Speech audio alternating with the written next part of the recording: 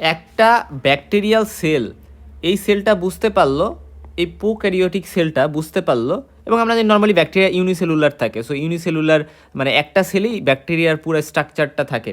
তো এই ব্যাকটেরিয়াল সেলটা বুঝতে পারলো যে তার জন্য এখন কন্ডিশনটা আনফেভারেবল। কি বললাম? কন্ডিশনটা আনফেভারেবল, বা আনফেভারেবল বলতে আমরা যেটা বুঝাইতে চাইছি, ধরো এক্সট্রিম হিট বা এক্সট্রিম কোনো ওয়ে মানে এনভায়রনমেন্ট তার জন্য আছে, অথবা এমন হইতে পারে যে তার জন্য নিউট্রিশন নাই, ঠিকঠাক নিউট্রিশনের অভাব আছে। তো এই যে বিষয়টা, এই আনফেভারেবল কন্ডিশনসগুলোতে এই ব্যাকটেরিয়াটা কি করে, এসপোরুলেশন একটা প্রসেস সেটা করে, এসপোরুলেশন প্রসেস করে, ঠিক আছে। ব্যাকটেরিয়া নর্মালি ধরো একটা যে স্টেজে থাকে বা যে অ্যাক্টিভ অবস্থায় থাকে সেটাকে আমরা বলি ভেজিটেটিভ স্টেট, বাট সেটা এই অবস্থা থেকে এসপোরুলেশনের মাধ্যমে এরা কি করে, স্পোর তৈরি করে, স্পোর। এবং এই স্পোর তৈরি করার মাধ্যমে এরা এই যে আনফেভারেবল অবস্থাগুলো এগুলাকে কমব্যাট করে বা ট্যাকেল দেয়। এই জিনিসটা খুব ইম্পর্টেন্ট। সো ধরো যখন এরকম আনফেভারেবল কন্ডিশন হইলো, এটা একটা ট্রিগার হিসেবে কাজ করে। কী হিসেবে কাজ করে? ট্রিগার। এবং এরপরে হচ্ছে একটা মেকানিজম শুরু হয়। এই যে ধরো একটা ব্যাকটেরিয়া, এবং এখানে সেলওয়াল আছে, আমি ধরলাম এই যে বাইরে সেলওয়াল মধ্যে হুট করে দেখো এখানে একটা ডিভিশন হয়েছে। কিন্তু ডিভিশন বলতে আমরা যেটা বুঝাতে চাইছি যে এই অ্যাসিমেট্রিক্যালি হচ্ছে এদের মধ্যে একটা ডিভিশন হচ্ছে, মানে সমান দুই ভাগে কিন্তু ভাগ হয় নাই। দেখো সমান দুই ভাগে কিন্তু ভাগ হয় নাই, এখান থেকে ভাগ হয়েছে। অর্থাৎ দেখো একটা বড় খণ্ড আর একটা ছোট খণ্ড। তো বড় খণ্ড যেটা, এটাকে আমরা বলি মাদার সেল। আর ছোট যে খণ্ড, ছোট খণ্ডটাকে আমরা বলি স্পোর। কি বলি? স্পোর। মানে এই মাদার থেকে এটা হয়েছে, বা আমরা বলতে পারি মাদার থেকে এই ছোটটা আলাদা হয়ে গেছে, স্পোর আমরা বলতেছি, ঠিক আছে। তো এরপরে এই দেখো এই মাদার যেটা, এই মাদারটা এই স্পোরটাকে কী করছে, ভিতরে ইনগালফ করে নিয়েছে, এটাকে আমরা ইনগালফমেন্ট বলতেছি, ভিতরে গিলে ফেলছে, ব্যাপারটা এরকম। এর পরবর্তীতে একটা কর্টেক্স ফরমেশন হয়, ঠিক আছে। এই যে হচ্ছে এই যে মাদার সেলটা ছিল এটার মধ্যে এই যে এটা একেবারে গিলে ফেলছে, এবং এখানে একটা কর্টেক্স ফরমেশন হয়েছে। কর্টেক্স বলতে আমরা যেটা বুঝতে চাইছি, দেখো স্পোরটা ভিতরে যখন ঢুকছে সেটা কিন্তু এই যে ভিতরে একটা লেয়ার, একটা মানে কর্টেক্স টাইপের। পরবর্তীতে আলটিমেটলি কিন্তু স্পোরের আরেকটা মানে এই কর্টেক্সের পরেও কিন্তু পরে বাহিরে আরেকটা কোট তৈরি হয়, কোট বা একটা লেয়ার। তো এইভাবেই এই যে মানে, এবং এই কোট যেটা, এই কোটটা হচ্ছে মেইনলি প্রোটিনের তৈরি, প্রোটিন রিচ একটা কোট। তো দেখা যায় যে কিছু কিছু ব্যাকটেরিয়ার ক্ষেত্রে এই কোটের বাইরে আরও কিছু লেয়ার থাকতে পারে, যেমন হচ্ছে ধরো এক্সোস্পোরাম নামে একটা লেয়ার, এটা গঠন হইতে পারে, বাট কিছু কিছু ব্যাকটেরিয়ার ক্ষেত্রে, সবার ক্ষেত্রে না। আচ্ছা, একটু স্টেপগুলো তাহলে মনে রাখো। ফার্স্টে অ্যাসিমেট্রিক্যালি এরা ডিভাইড হওয়ার পরে এরা হচ্ছে গিয়ে ভিতরে ইনগালফ করে নিল স্পোরটাকে, মাদার আর স্পোরে তো ভাগ হয়েছিল মাদার। তো এরপরে হচ্ছে এখানে কর্টেক্স গঠিত হয়েছে, তারপরে কোট তৈরি হয়েছে, এটা প্রোটিন কোট, ঠিক আছে। এবং এরপরে আলটিমেটলি দেখা যায় যে এটা ম্যাচুরেশন হয়, আস্তে আস্তে ম্যাচুরেশন হয় ভিতরে, এবং ম্যাচুরেশনের পরে এরা হচ্ছে মাদার যে সেলটা ছিল, এই যে মাদার সেলটা, এই মাদার সেলটা ভেঙে যায়, লাইসিস হয়ে যায়, এবং ভিতরের যে স্পোরটা, এটা হচ্ছে স্পোর। আলটিমেটলি এই স্পোরটা আস্তে আস্তে ম্যাচুরেশন হয়ে স্পোর হয়, এবং এটা হচ্ছে একটা ম্যাচুর স্পোর। এখানে কোট আছে, কর্টেক্স আছে, সব আছে, এবং এটা বের হয়ে যায়। তো এইভাবেই কিন্তু অনেক বেশি স্পোর রিলিজ করে আনফেভারেবল অবস্থায় ব্যাকটেরিয়াগুলো। হ্যাঁ, তো নর্মালি সব ব্যাকটেরিয়া কি স্পোর ফর্মেশন করতে পারে? দেখো আমরা এতক্ষণ বললাম যে ব্যাকটেরিয়া আনফেভারেবল কন্ডিশনে স্পোর তৈরি করবে, বাট সব ব্যাকটেরিয়া পারে? আনসার হচ্ছে না। যেমন আমরা ক্লোস্ট্রিডিয়াম যে ব্যাকটেরিয়াগুলো আছে, ক্লোস্ট্রিডিয়াম এই গ্রুপের সবগুলো ব্যাকটেরিয়া মোটামুটি স্পোর তৈরি করতে পারে। তার বাদে ব্যাসিলাস গ্রুপের যে ব্যাকটেরিয়াগুলো আছে, ব্যাসিলাস, এগুলো স্পোর তৈরি করতে পারে, যেগুলো আমরা দেখবো, ঠিক আছে। বাট সব ব্যাকটেরিয়া কিন্তু পারে না, কারণ সব ব্যাকটেরিয়া স্পোর তৈরি করার ক্যাপাসিটি নাই। সো এই জিনিসটা কিন্তু শুরুতে আমার বলা উচিত ছিল, বাট আমি এখন কথাটা আর কি বলে রাখলাম। জার্মিনেশন আর একটা টার্ম আছে, কি টার্ম? জার্মিনেশন।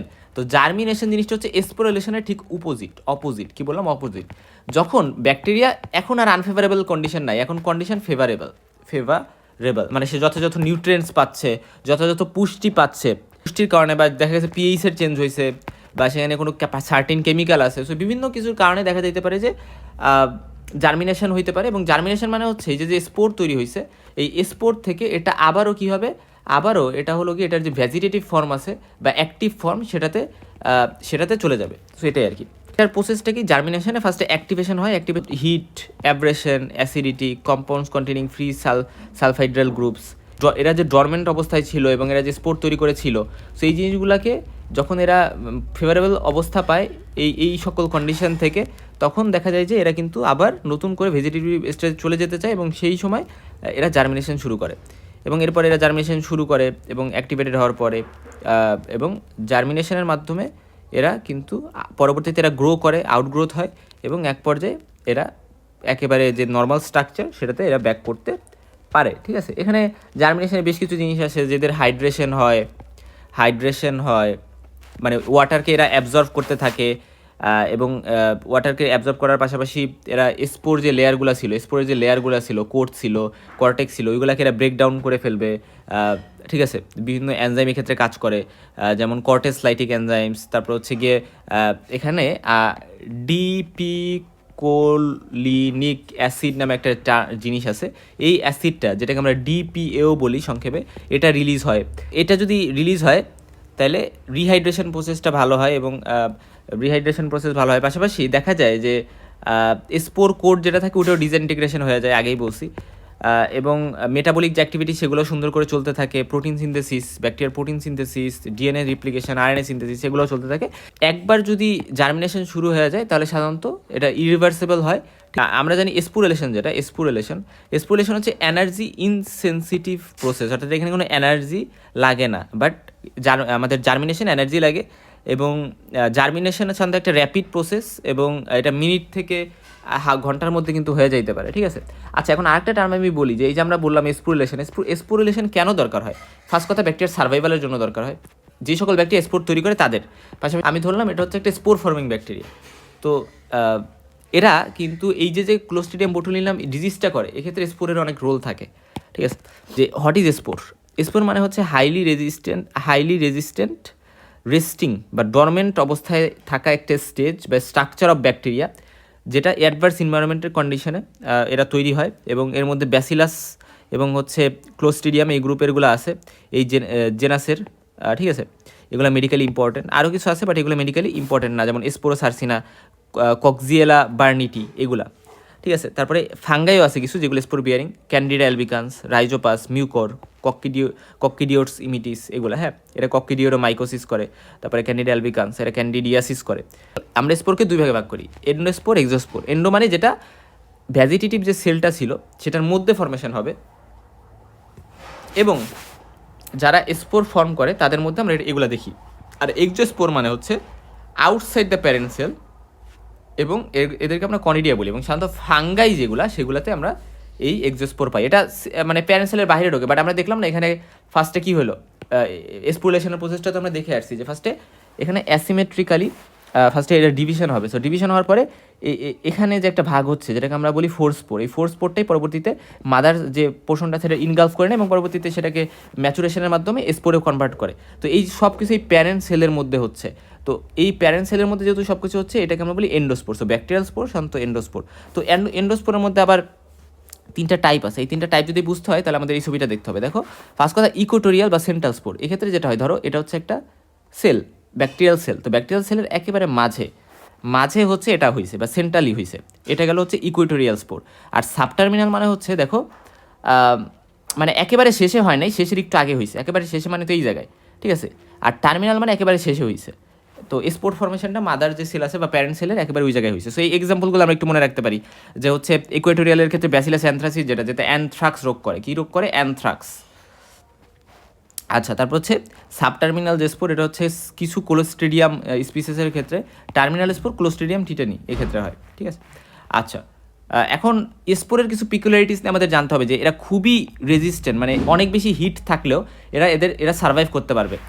স্পোর্স কিন্তু যদি আমি ফুটাই, ধরো একটা কিছুর মধ্যে ব্যাকটেরিয়া আছে, আমি সেটাকে ফুটাইলাম, বয়েল করলাম, ফুটানোর পরে সেটা মরবে না। কারণ হচ্ছে স্পোর কিন্তু মরে না এত সহজে, এরা 121 ডিগ্রিতে মরে, কিন্তু নর্মালি আমরা জানি boiling temperature 100 degree centigrade. So এই জন্য খুবই একটা ক্রুশাল পয়েন্ট এটা।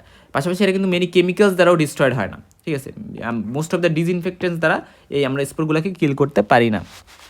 এরা অনেক বছর ধরে বেঁচে থাকতে পারে এবং স্পেশালি মাটিতে এরা হচ্ছে কোনো মেটাবলিক অ্যাক্টিভিটি শো করে না, কারণ এরা হচ্ছে একটা ডরমেন্ট লুকায়িত অবস্থা, এরা তো অ্যাক্টিভ অবস্থা না। সো এরা মেটাবলিক কোনো অবস্থা বা এনার্জির ইউটিলাইজেশন কিছুই এখানে লাগে না, এবং যখন নিউট্রিয়েন্টস ঠিকঠাক থাকে না তখন এই স্পোর ফর্মেশন হয়, এবং এরা জার্মিনেট করেই তো এরা ভেজিটেটিভ অবস্থায় ফিরে যায়, এবং যখন নিউট্রিয়েন্টস অ্যাভেলেবেল হয়, অবস্থা ফেভারেবল হয়, তখন এরা ওই অবস্থায় ব্যাক করে।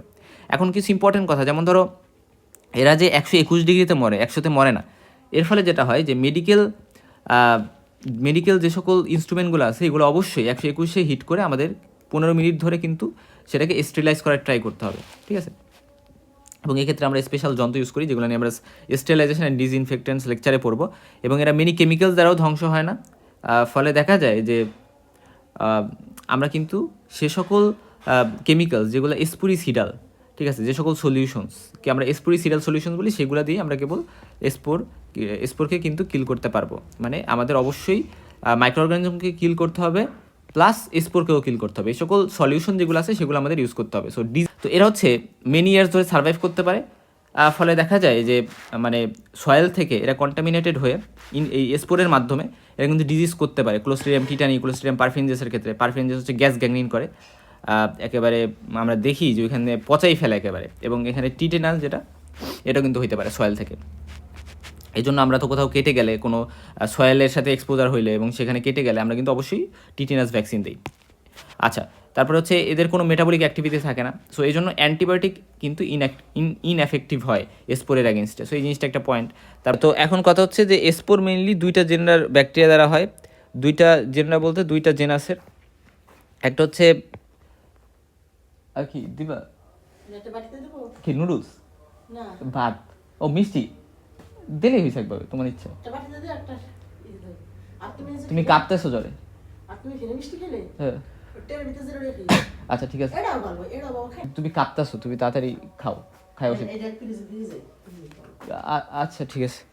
তো স্পোর সাধারণত দুইটা জেরাসের বা দুইটা জেরারা, জেরাস হচ্ছে সিঙ্গুলার আর প্লুরাল হচ্ছে জেরারা। আচ্ছা, দুইটা জেরারার হচ্ছে ব্যাকটেরিয়া দ্বারা, একটা হচ্ছে আমরা জানি ব্যাসিলাস, একটা ক্লোস্ট্রিডিয়াম দ্বারা হয়, এবং সাধারণত both of them are gram positive rods. হ্যাঁ, তারা তাহলে যদি স্পোর পাই আমরা, বা স্পোর দ্বারা যে ইনফেকশনগুলো হবে সেটা আইদার ব্যাসিলাস অথবা ক্লোস্ট্রিডিয়াম দ্বারা হবে। এই জিনিসটা আমরা মোটামুটি বুঝে গেছি, রাইট?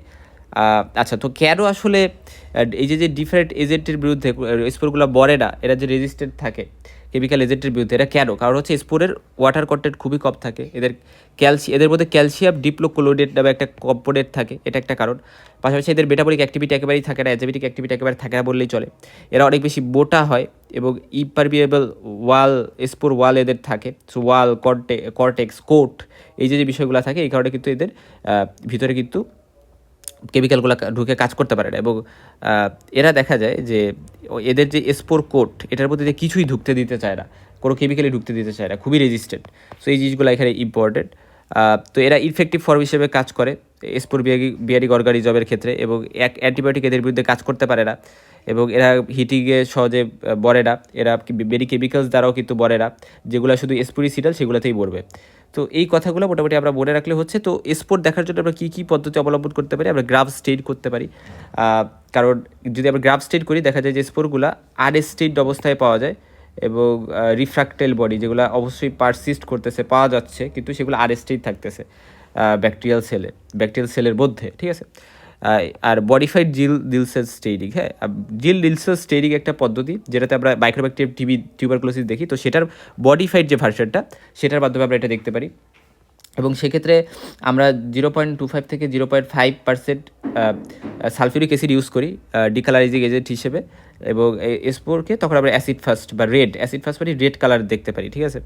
এবং স্পেশাল টেকনিকের মধ্যে হচ্ছে শ্যাফার ফাল্টার স্ট্রিট, বোলার স্ট্রিট, এরকম আরও কিছু স্ট্রিট আছে, এগুলোর নাম আমরা জানলেও জানতে পারি একটু, ঠিক। এখন আরেকটা কথা যে স্পোরের স্ট্রাকচার, স্পোর বলতে বললে আমরা অ্যাডোস্পোর নিয়ে একটু কথা বলবো, কারণ আমরা এক্সোস্পোর জানি ফাঙ্গাইতে থাকে করিডিয়া হিসেবে, ওটাকে আমরা করিডিয়া বলি, করিডিয়া অ্যাসেক্সুয়াল স্পোরগুলো মেইনলি যেটা।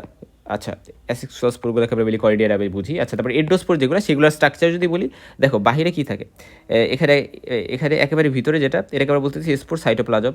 তারপরে এটা হচ্ছে ইডার মেমব্রেন। তারপরে এর থেকে একটু বাহিরে এটাকে আমরা বলতেছি হচ্ছে স্পোর কোট, আর এটা হচ্ছে স্পোরের কর্টেক্স। এবং একেবারে বাহির, এটা কিছু ব্যাকটেরিয়া থাকতে পারে, নাও থাকতে পারে, মানে কিছুতে থাকে কিছুতে থাকে না, এটাকে আমরা বলি এক্সোস্পোরিয়াম। তো ওভারঅল এই স্ট্রাকচারটা কিন্তু তুমি খুব সহজে এখন বলে রাখতে পারবা, কারণ এতক্ষণ যা বলে আসি তা বুঝলে এটা বলে রাখতে পারবা। এখন এখান থেকে কিছু জিনিস পড়তে পারো একটু।